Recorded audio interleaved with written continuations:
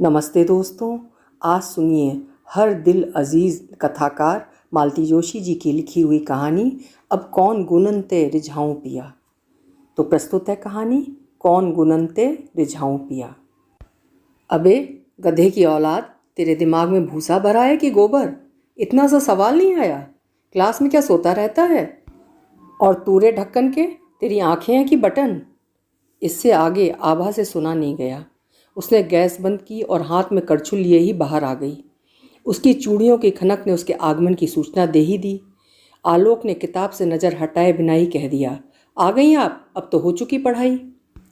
पढ़ाई चलने दीजिए, मैं तो बस ये कहने के लिए आई थी कि गाली जरा सोच समझ कर दिया कीजिए। अपने ही बच्चे को गधे की औलाद कह रहे हैं। एक क्षण को आलोक सकपका गया, पर तुरंत ही संभलते हुए उसने कहा, क्या गलत कहा मैंने? गधा ही तो हूँ मैं, विशुद्ध गधा। इसीलिए तो अपनी छुट्टी का कचरा करके इन बजट बट्टुओं के साथ सिर खपा रहा हूँ। बच्चे भी तो अपनी छुट्टी सेक्रीफाइस कर रहे हैं। वे भी इतवार को थोड़ा रिलैक्स होना चाहते हैं, दोस्तों से खेलना चाहते हैं, टीवी देखना चाहते हैं। पर मैंने उनसे कह रखा है कि बेटा, पापा को संडे के सिवा टाइम नहीं मिलता और ये गणित और साइंस मेरे बस का नहीं है। बेचारे मन मार कर पढ़ने बैठते हैं, पर इतनी डांट डपट होती है कि बेचारे रटा रटाया भूल जाते हैं। उनका आत्मविश्वास ही खत्म होता जा रहा है। इससे तो अच्छा था ट्यूशन ही लगवा देते। ट्यूशन हम अफोर्ड नहीं कर सकते, जानती हो, इसीलिए बार बार पहुँच कर मुझे एहसास दिलाती रहती हो। आप भी तो अपना फ्रस्ट्रेशन बच्चों पर उतार रहे हैं। पढ़ाई के नाम पर पूरे घर को जैसे यातना शिविर बना दिया है। मैं बच्चों पर अपना फ्रस्ट्रेशन उतार रहा हूँ? ये इतनी बड़ी बात कैसे कह दी तुमने? किस आधार पर कही है? बच्चों को अब इस जुगलबंदी की आदत सी पड़ गई है। वे थोड़ी देर तो सहमे से बैठे रहते हैं और फिर चुपचाप खिसक जाते हैं। मम्मी पापा को पता ही नहीं चलता। वे जानते हैं कि अब इसके बाद पढ़ाई नहीं होगी। वे हफ्ते भर के लिए फुर्सत पा जाते हैं।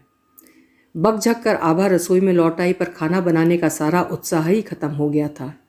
रोज़ सुबह हबड़ तबड़ में कुछ भी बनाकर चली जाती है। शाम को लौटती है तो सारी ऊर्जा समाप्त हो चुकी होती है और ढेर सारे काम उसकी बाट जोहते रहते हैं। तब सोचती है कि खिचड़ी की हांडी चढ़ाकर सबको परोस दे, पर जैसे तैसे 4 रोटियां तो डालनी ही पड़ती हैं। इसीलिए हफ्ते भर की कसर वो संडे को पूरी करना चाहती है। उस दिन कुछ स्पेशल बनाने का उसका इरादा होता है। इसके लिए वो पत्रिकाओं से, टीवी से रेसिपीज़ उतारती रहती है। लेकिन इतवार के दिन घर का वातावरण कुछ इतना बोझिल हो जाता है कि उसके संडे स्पेशल का कचरा ही हो जाता है। ना उसे बनाने का उत्साह रह जाता है, ना खाने वालों को खाने का। बस एक रस्म अदायगी सी होकर रह जाती है। आभा को समझ में नहीं आता कि उसकी ज़िंदगी औरों की तरह स्मूथ और सरल क्यों नहीं है। लोग तो इससे कम में भी गुजारा कर लेते हैं और खुश रहते हैं। आलोक पहले भी बहुत खुशमिजाज नहीं थे, पर अब तो बहुत ही असहिष्णु हो गए हैं। उस पर आती है तो वो तुर्की बतुर्की जवाब देकर उन्हें चुप कर देती है, पर बच्चों को तो झेलना ही पड़ता है और ज़्यादा झेलना पड़ता है। जब पत्नी पर वश नहीं चलता तो सारा गुस्सा बच्चों पर ही उतरता है। बच्चे तो बेचारे उनसे दूरी भागते हैं, क्योंकि किस बात पर उनकी शामत आ जाएगी कुछ कहा नहीं जा सकता। घर में बैठे मिल जाएंगे तो डांट पड़ेगी कि दिन भर टीवी में चिपके रहते हो, खेलने नहीं जाते। खेलने जाएंगे तो घड़ी के कांटे पर नज़र रखी जाएगी, एक एक मिनट का हिसाब मांगा जाएगा। खेलते समय कपड़े गंदे हो गए या मोजे फट गए तो डांट पड़ेगी, चोट लग गई तो डबल फटकार मिलेगी। घर पर अक्सर मिलने वाले आते ही रहते हैं। अगर उन्हें दरवाजे पर ही खड़ा करके बच्चे सूचना देने भीतर आ जाएंगे तो ये बुरी तरह झल्ला जाएंगे। इतनी भी तमीज़ नहीं है कि मेहमान को पहले भीतर बिठाओ। वे भी सोचते होंगे कि अच्छे शरीफ लोग हैं, बच्चों को सामान्य शिष्टाचार भी नहीं सिखाया। एक बार छोटा इसलिए पिट गया कि उसने आगंतुक को ड्राइंग रूम में बिठा दिया। बेवकूफ़, वो प्यून था ऑफिस का। वे बाद में गरजे थे, अब ये क्या किसी के चेहरे पर लिखा होता है कि वो कौन है? आने वाले को खुद अपनी औकात समझनी चाहिए। बच्चों ने पापा से तो कोई चीज़ मांगना कब से छोड़ दिया है, मम्मी से ही फरमाइश करते रहते हैं। आभा को ही कभी कभी लाड़ आ जाता है, पर उस पर भी घर में महाभारत हो जाता है। सारा आनंद ही समाप्त हो जाता है। खिलौने वेस्ट ऑफ मनी हैं, कहानी की किताबें वेस्ट ऑफ टाइम हैं। टॉफ़ी दांत खराब करती है, पिज़्ज़ा बर्गर जंक फूड है, इनसे पेट खराब होता है। आइसक्रीम गला खराब करती है। कोका कोला या थम्स अप एसिड से भी खतरनाक हैं। रामदेव बाबा का प्रवचन सुनो, टीवी से आंखें खराब होती हैं। ये तो त्रिकाल बाधित सत्य है ही। यानी कि बच्चों को जो जो अच्छा लगता है सब निषिद्ध श्रेणी में आता है। कभी कभी परेशान हो उठती है आभा, क्या करे इस आदमी का, बच्चों से भी गया गुजरा हो गया है। कभी कभी लगता है कि इसी मनोचिकित्सक के पास ले जाए, पर कोई बच्चा तो है नहीं कि गोद में उठाकर ले जाएगी। प्रस्ताव सुनते ही ऐसे फट पड़ेंगे कि संभालना मुश्किल हो जाएगा। और फिर एक दिन तपती धूप में ठंडी बयार सी वो खबर आई। वो स्कूल में ही थी कि आलोक का फ़ोन आया। डार्लिंग, खुशखबरी है। खुशखबरी तो बाद में, वह तो डार्लिंग सुनकर ही निहाल हो गई।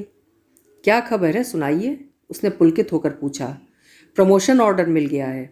सच? बहुत बहुत बधाई, बहुत दिनों से ड्यू था ना। पर एक गड़बड़ है। क्या? बाहर जाना पड़ेगा। तो मना कर दीजिए ना। नहीं कर सकता, उसी शर्त पर प्रमोशन मिला है। कहाँ बेच रहे हैं? मुरैना डिस्ट्रिक्ट में कहीं इंटीरियर में। वो तो डाकू एरिया है। डाकू कहाँ नहीं है, ये जो मेरा प्रमोशन इतने दिनों से दबाकर बैठ गए थे वे तो डाकुओं के सरदार हैं। वो दंग रह गई। दफ्तर में बैठकर इतनी बड़ी बात कह रहे हैं। उसे डर तो लगा पर खुश भी हुई। समझ गई कि एकदम रिलैक्स हो गए हैं, इसीलिए तो। उसने मुंह फुलाकर कहा, ये ट्रांसफ़र की खबर थोड़ा रुक कर नहीं बता सकते थे? सारी खुशी आधी रह गई। बात उसने भले ही रूठने वाले अंदाज में कही थी, पर वो सच थी। प्रमोशन की खुशी सचमुच आधी रह गई थी। घर लौटते समय उसके मन में विचारों का बवंडर उठ रहा था। क्या उसे नौकरी छोड़नी पड़ेगी? क्या वहाँ प्राइवेट स्कूल होगा? क्या वे लोग अच्छी सैलरी दे पाएंगे? और 2-3 साल बाद अगर आलोक का फिर ट्रांसफ़र हुआ तो? क्या उसे फिर नौकरी तलाशनी होगी? उसका तो खैर ठीक है, पर बच्चों का क्या? क्या उन्हें इतना अच्छा स्कूल मिल सकेगा? वहाँ उनके व्यक्तित्व का ठीक से विकास हो सकेगा? दुनिया भर के प्रश्न थे, पर फिलहाल उसने उन्हें मन पर हावी नहीं होने दिया। घर लौटते ही वो आइसक्रीम और बुके लेती आई थी। बच्चों को उसने समझा दिया कि पापा के आते ही फूलों से उनका स्वागत करें। उसने मनोयोग से आलोक की पसंद का खाना बनाया, बच्चों के कपड़े बदले, खुद भी एक प्योर सिल्क की साड़ी पहन ली, अगरबत्तियाँ जलाकर घर का वातावरण सुगंधित कर दिया। तीज त्योहार पर जलने वाले पेडेस्टल लैंप को जलाकर ड्राइंग रूम में इंद्रधनुषी छटा बिखेर दी। उसका मन तो पर्दे और सोफे के कवर्स बदलने का भी था, पर उतना समय ही नहीं था। ऐसे अभूतपूर्व स्वागत की तो आलोक ने कल्पना भी नहीं की थी। वे तो एकदम अभिभूत हो गए। बहुत दिनों बाद उन्होंने बच्चों को खुलकर प्यार किया। एक अरसे बाद पत्नी की साज सज्जा को नज़र भर देखा। खाना भी सानंद संपन्न हो गया। खाने की मेज पर 2-4 चुटकुलों का आदान प्रदान होने से माहौल खुशगवार बना रहा। मतलब ये कि सब कुछ योजनाबद्ध तरीके से होता चला गया, कहीं कोई व्यवधान नहीं हुआ। आभा ने राहत की सांस ली। सोच लिया आज की रात भी सेलिब्रेशन की रात होगी। खुश हो? बिस्तर पर आते ही आलोक ने पूछा। बहुत बहुत खुश हूँ, आभा ने पति की छाती में मुंह छुपाते हुए कहा। बहुत दिनों के बाद तुम लोगों को इतना खुश देख रहा हूँ। इतने दिनों बाद इतनी अच्छी खबर जो मिली है। मैं तो बहुत पशोपेश में था, प्रमोशन नकारने की सोच रहा था, पर तुम लोगों को इतना रिलैक्स देखकर सारा असमंजस दूर हो गया। प्रमोशन नकारने का तो सवाल ही नहीं उठता। कितनी लंबी प्रतीक्षा करनी पड़ी है, तब ये दिन आया है। बस एक ही मलाल है कि हम लोग अभी साथ नहीं चल सकेंगे। मेरी नौकरी की तो ऐसी कोई टेंशन नहीं है, पर बच्चों को मिड सेशन में डिस्टर्ब करना ठीक नहीं है। आप तब तक वहाँ मकान वगैरह ठीक कीजिए, मैं यहाँ धीरे धीरे पैकिंग करती रहूँगी। बस परीक्षा ख़त्म होते ही हम लोग आ जाएंगे, रिजल्ट के लिए भी नहीं रुकेंगे। तुम लोग क्या वहाँ साथ रहने की सोच रहे हो? नहीं तो क्या हम लोग यहाँ अकेले पड़े रहेंगे? बहुत छोटी जगह है। हुआ करे शुक्र है कि आजकल हायर सेकेंडरी स्कूल हर जगह हो गए हैं, और बच्चे जब तक छोटी क्लास में हैं साथ में रह ही सकते हैं। बाद में देखा जाएगा, हो सकता है 3 साल बाद किसी अच्छी जगह ट्रांसफ़र हो जाए। आलोक कुछ देर चुप रहे, फिर धीरे से बोले, तुम लोगों को खुश देखकर मैं कुछ और ही सोच बैठा था। क्या? यही कि तुम लोग शायद इस बात का जश्न मना रहे हो कि ये बला कुछ दिनों के लिए तो टली, कुछ दिन तो अमन चैन से गुजरेंगे। आभा छिटक कर एकदम उठ बैठी। कम से कम आज तो। उससे आगे बोला ही नहीं गया, रुलाई से गला रुंध गया था। सॉरी यार। क्या सॉरी? वो तुनक कर बोली। आप ऐसा सोच भी कैसे सकते हैं? इतने सालों में मुझे इतना ही जाना है। पता है दिन भर मैं कितनी बेचैन रही हूँ। ट्रांसफ़र की बात सुनकर प्रमोशन की खुशी आधी रह गई थी।